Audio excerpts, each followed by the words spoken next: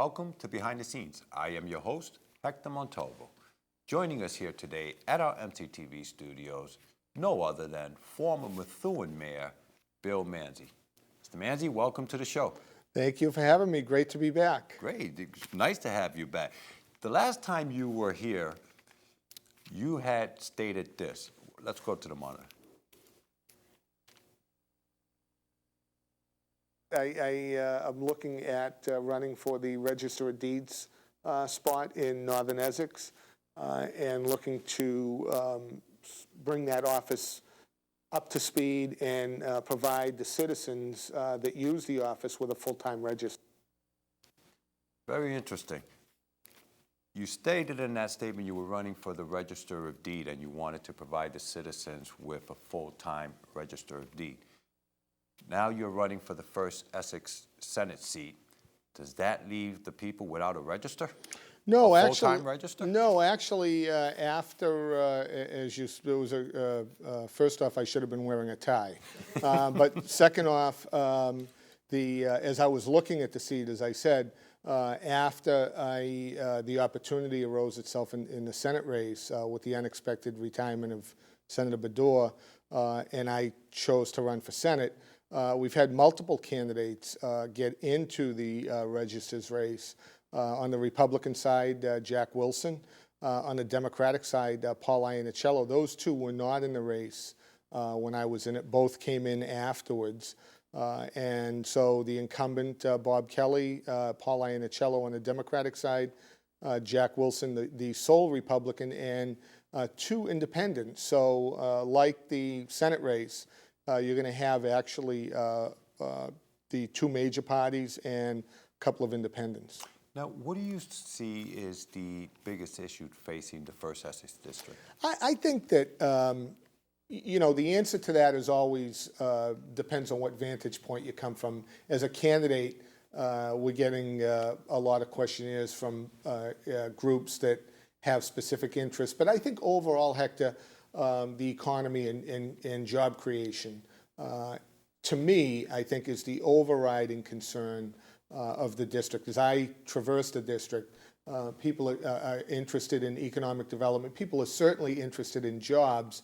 And as we were talking off camera, the economy obviously has taken a major hit. The recovery is on the way, and we see slight improvement, but nowhere near what we've been accustomed to in terms of jobs. Massachusetts doing better than the country as a whole. But nonetheless, to me, I think the economy and jobs remain job one for whoever gets elected to be senator. And what plans do you have if you were to be elected to start the process to help small businesses create jobs? I think that small business is honestly the engine that creates jobs. And I think that as a former small businessman, I come from a small business background. I think that what a senator can say is that they understand the issues that small businesses go through every day. And what are those issues? To me, I think that in some instances, government is not helpful.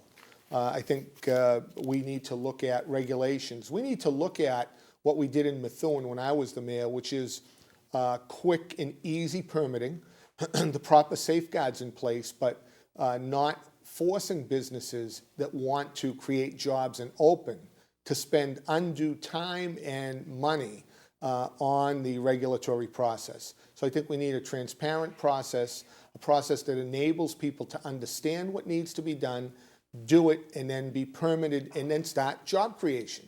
And that seems to be a pretty simple thing as me and you sit here and talk, but it hasn't been in practice. So I think the other thing we need to do is be competitive.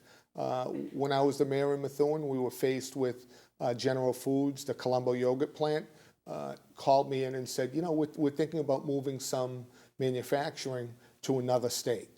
And we talked. There were some issues that they had, one at the Greater Lawrence Sanitary District, but we ended up not only not having them leave the city of Methuen, but expanding their production here. We did give them a tax incentive, tax increment financing package, and they created jobs in Methuen. So I think that you need a senator that understands business, that talks the language of business, and I have that background. Now, you're not an attorney, and Beacon Hill is full of attorneys. Yes. Okay. How do you plan on working with the legislators right now where it seems like nobody can get anything done up there? Well, I don't blame the governmental dysfunction on attorneys. We can blame attorneys for a lot of other things, and probably should, but that's not one of them. I think that government at the federal level, at the state level, I think to a lesser degree, has reached a point where the polarization is so deep and people don't talk to each other, and it makes it difficult to govern. Secondarily, and honestly, when you look at it, I think that part of our problem is the continual campaign, if you would. So in the past, in years gone by when the United States did great things as a country, we fought hard during the political season, and we really did. There was not a lack of going at each other ideologically, but once the elections were over, people tended to work together to do some of the great things that have happened in the United States and in the Commonwealth of Massachusetts. And then when the political season comes, we can lay our differences out before the voters and have the voters choose which way they'd like to go. But during the governing season, we got things done. I think that's the part we're missing. The governing season has been either eliminated or shrunken almost to nothing.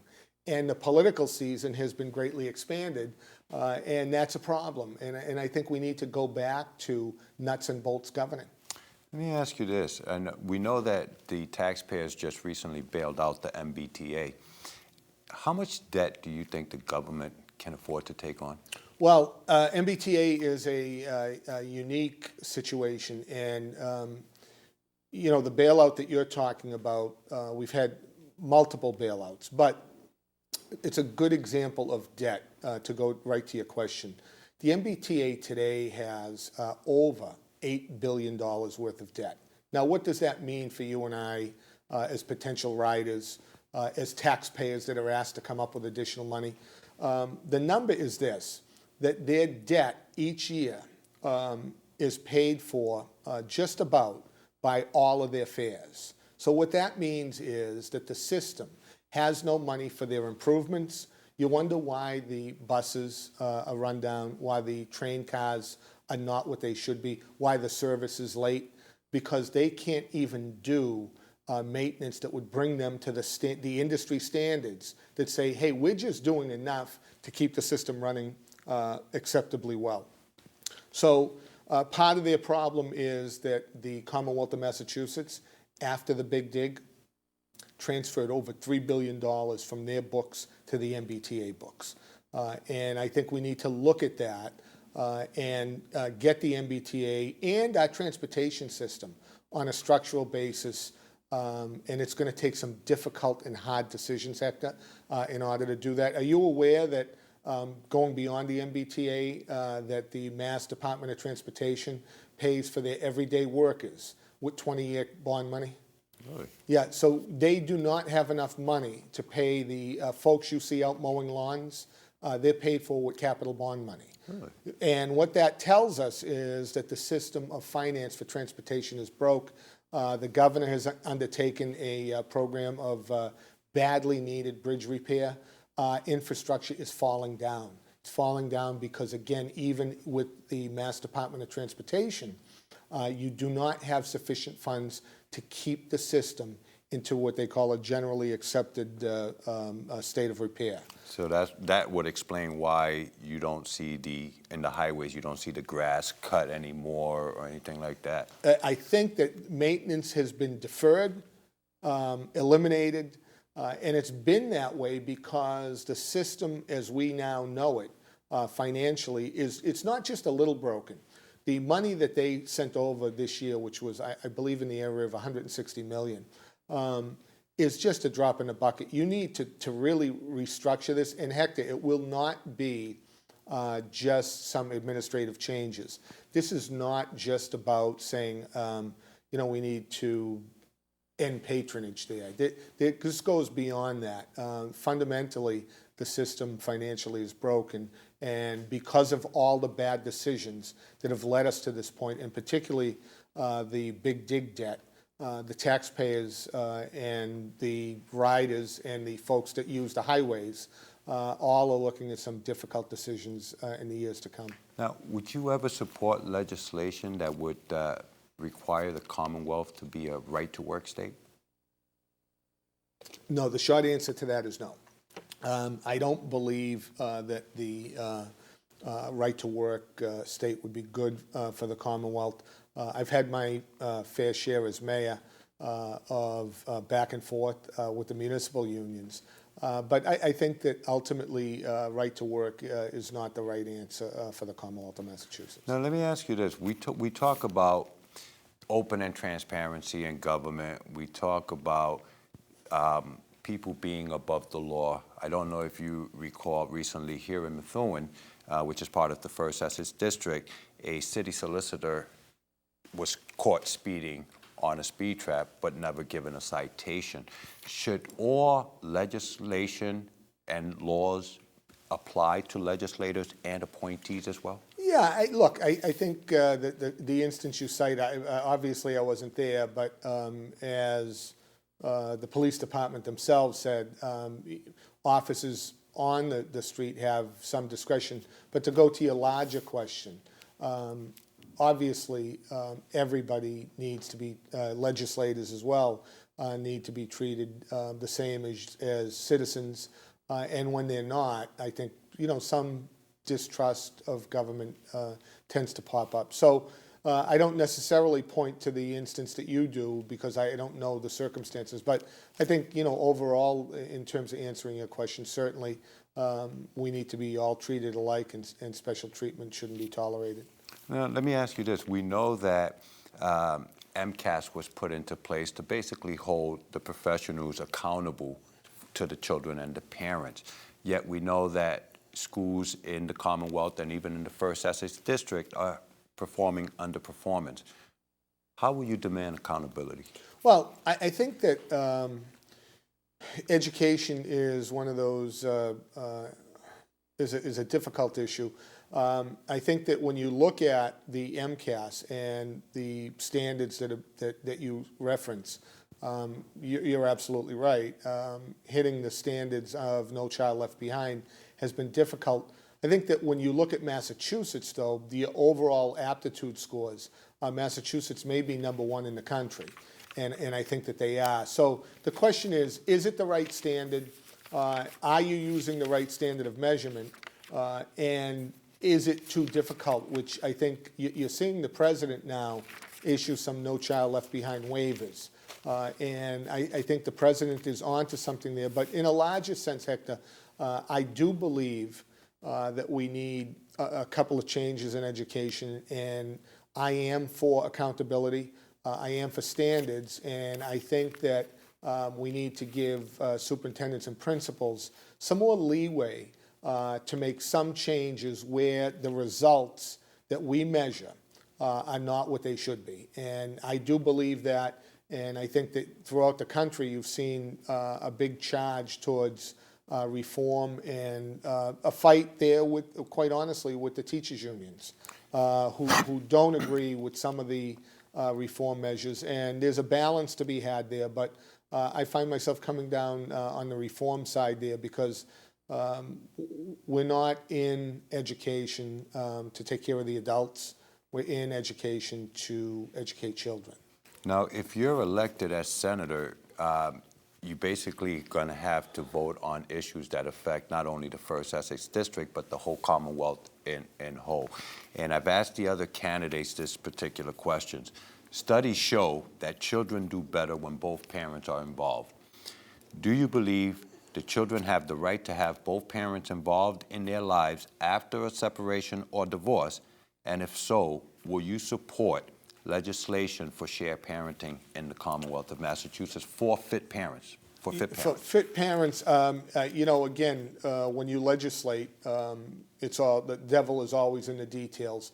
I do accept your premise, though, that children are much better off in an environment, stable environment with two participating parents. Two folks loving them is always better than one. Sometimes that's not possible, and we all recognize that. And so I do believe that to the fullest extent possible, it should be a goal that we strive for. And what legislatively I could support would be, honestly, would depend on what was in the bill and what type of input we got from all the stakeholders. And I know that there are some differing views on that, but that's part of what you do in legislation, is to sit down, make an honest evaluation through a real hearing process, and listen to people on both sides of an issue, and then try and determine what's best. And sometimes, Hector, try to bring both sides together to work out compromises that can be, if not everything that each side wants, that they get something that they want. And there's an art to that. And it's another thing, even though I come off as a former mayor, I also legislated for 10 years in the city of Methuen. I was city council president for 5 separate terms. So I understand how to legislate, how to bring people together. And that's an area I think might be difficult, but certainly worth a try. Now, what are you hearing from your constituents as you go door to door? You know, different things. I think when you ask me what I think is the most important issue facing the Commonwealth, when I give the answer, you know, sometimes it's I have my own thoughts, but, you know, what I try to do is funnel what I hear out in the street. We're meeting a lot of people from all ends of the district. And, you know, as I said to you earlier, it depends on who you talk to. And it depends on where they're at in life and what they're looking at in terms of what they're hoping to get from the new senator in terms of commitment on issues. So depending on where you're at, but I get a lot of folks that I feel aren't really confident about the future, even some folks that are working. And that's why I think that we need to rebuild with a goal towards putting in not only jobs, Hector, but middle-class jobs, jobs that have allowed our parents to do things for us, like sending me to college. My dad paid for my college. He was a blue-collar worker. He's an electrician. But he was able to do it because he was earning a middle-class wage. So we need to go in that direction. That's what I'm hearing from folks. And that's why I answered the question the way I did. I believe it, but I think folks out there are telling me that. Now, President Obama recently publicly stated that small business owners didn't create jobs, that government helped them. Yeah. Is that the role of government? Government, you know, in the case of President Obama and the statement, and I know that the Republicans are having some fun with it. I think the genesis of that is what Elizabeth Warren had said, which was this, that successful people have made their own way. The government has not made, government did not make the Apple Corporation. Steve Jobs made the Apple Corporation. The success there is due to his brilliance and innovation. What the point I think that Elizabeth Warren made more succinctly than the president was that, notwithstanding that, when Apple ships products via truck, you're using roadways constructed by the government. You're using bridges that currently, as we talked about earlier, are falling down. Your workforce has been educated in many cases through the public school system. So I think that the point that was being made is not that without government, small business would not succeed, but rather there's a partnership there. And that the component parts that government provides currently are not being upkept the proper way. And that lack of infrastructure is going to hurt business, not help business. Let me give you an example. We talked about transportation. But when you have gridlock, transportation-wise, when people can't get to Boston, when the MBTA breaks down and 2,000 people don't get to work because the train isn't coming that day, that hurts business. So the point here is, I think, and the president did not express it well, but the sentiment is that we're partners, and we need the infrastructure to work so that business can do business and succeed.